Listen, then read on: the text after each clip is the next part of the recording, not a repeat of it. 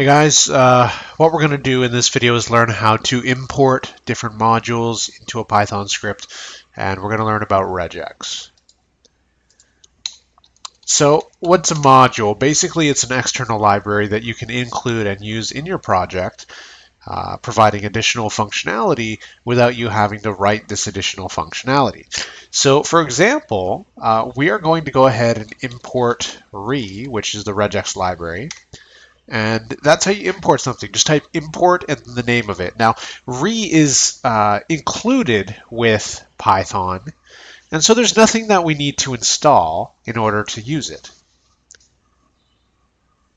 So now the basic usage, well, let's get into regex. So I'm going to go ahead and create a string, and it's going to say, I am not yelling, she said, though we knew it to not be true.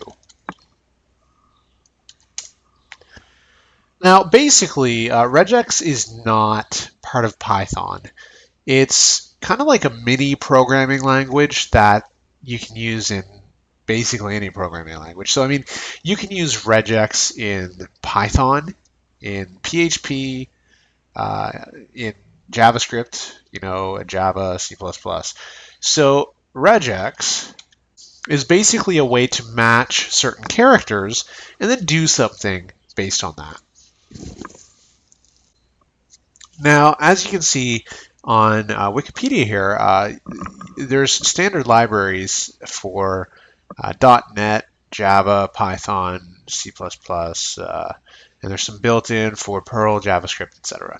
So this is not Python specific, and we're only going to cover it to a limited degree as we need it. So in this instance, we're going to be learning a few things for in the next video. So let's go ahead and start figuring out how to use regex. So the first thing we're going to do is, if I print string, you're going to see it says, I am not yelling, she said, though we knew it to not be true. So we've got capitals, lowercase, we've got a period, comma, and quotations. So let's go ahead and play around with this a bit.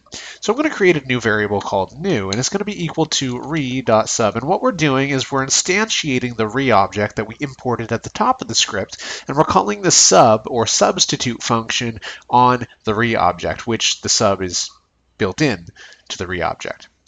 So just like calling any other function, when you call a function on an object, you need to put the parameters into the parameter list. Now, we haven't discussed classes and objects yet, and we're going to get to that, but this is, we need to know this for the sake of this video and the next one. Now, the three parameters that this substitute function takes is the matches that we want to make, what we want to replace them with, and then the string that we're going to manipulate by doing this. So we've already got the string stored in the variable named string. Let's go ahead and cover some matches. So let's say we want to remove all the capital letters. So what we're going to do is basically open and close square brackets. Now, rules in regex are contained within square brackets. So if we wanted to remove all the capital letters, I mean, we could go A, B, C, D, E, F, G, H, we could do it that way and list out the entire alphabet, but regex actually provides a way to not have to do that by allowing us to choose a range of letters. So this is going to say any capital letter from A to Z we want to replace with nothing, and we want it to do this on the string. So let's go ahead and hit enter. Now if I print out new, you're going to see that it removed all the capital letters and left everything else intact just the way it is. So we could also do the same for lowercase letters. So instead of removing all the capital letters, it's leaving everything except the lowercase letters. Well, let's say we want to remove all the special characters. So what we can do is actually we can put multiple rules inside of square brackets. So let's go ahead and put period, comma, and then let's backslash to escape this quote. And let's hit enter. print it out. You'll see that it removed all the punctuation from our string. Now let's go ahead and combine this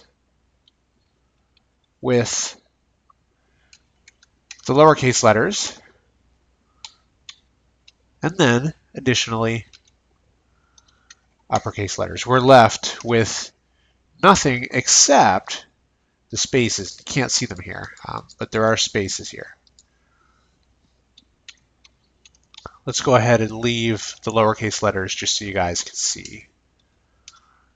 There are spaces. So there's about 4 right there, and so we've got spaces. So let's remove the spaces as well. How we're going to do that is within here, put a plus sign, and then we're going to open up quotations and put an empty space, and then close the quotations. Now let's go ahead and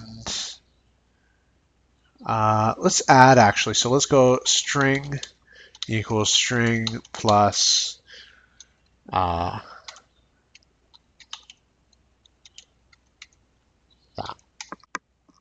And then let's print out string. And what you can do as well, you can actually create new equals re.7. What we're going to do here is we're just going to tell it to remove anything except numbers. We actually need to put that in quotations. We're going to replace anything that's not numbers with nothing, and we're going to perform that on the string. So now if I print out new, you're going to see that all that remains is the numbers. So that's the extent to which we need to learn regex in order to do what we're doing in the next video, which is building an awesome calculator.